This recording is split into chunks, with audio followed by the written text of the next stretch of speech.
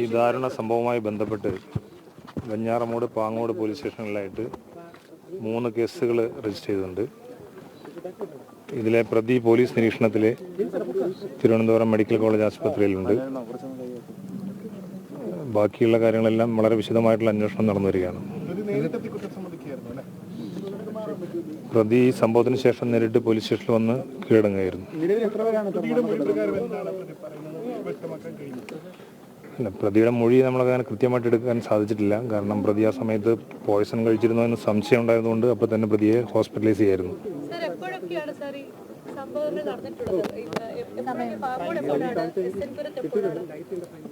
അങ്ങനെ ഓരോന്നും കൃത്യം പറയാൻ ഈ സമയത്ത് ബുദ്ധിമുട്ടാണ്. പക്ഷേ എങ്കിലും രാവിലെ 10 മണിക്കും വൈകുന്നേരം 6 മണിക്കും ഇടയിലുള്ള സമയത്താണ് ഈ എല്ലാ കൃത്യങ്ങളും നടന്നിട്ടുള്ളതായിട്ടാണ് നമുക്കിപ്പോൾ ബോധ്യമാകുന്നത്.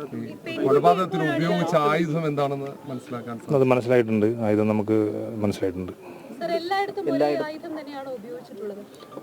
അത് പോസ്റ്റ്മോർട്ടം റിപ്പോർട്ടും കൂടി വന്നാലേ നമുക്ക് പരിപൂർണമായിട്ട് പറയാൻ സാധിക്കും.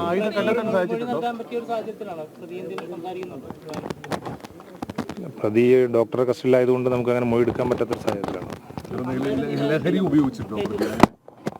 അതെല്ലാം വിശദമായിട്ടുള്ള പരിശോധനയിലേ മനസ്സിലാക്കാൻ സാധിക്കും. അല്ല, അത് ഈ പ്രതിയെ ഇനി വീണ്ടും പ്രതിയുടെ മൊഴി കൃത്യമായിട്ട് രേഖപ്പെടുത്തിയത് നമ്മൾ ഓരോന്നും വെരിഫൈ ചെയ്തെങ്കിൽ മാത്രമേ നമുക്ക് കൃത്യമായിട്ട് പറയാൻ സാധിക്കൂ.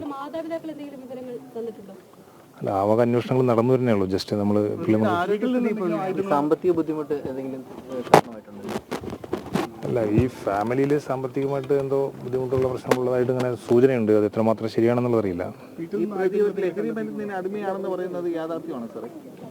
അല്ല, അങ്ങനൊന്നും നമുക്ക് ഇതുവരെ പറയാൻ സാധിക്കില്ല.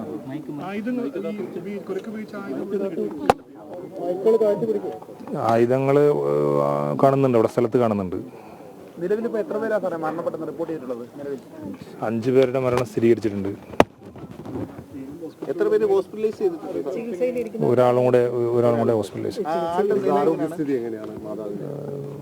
അത്ര ഒരു ഗുണകരമായിട്ടുള്ളതല്ല, കുറച്ച് ക്രിട്ടിക്കലായിട്ടാണ് പറയുന്നത്.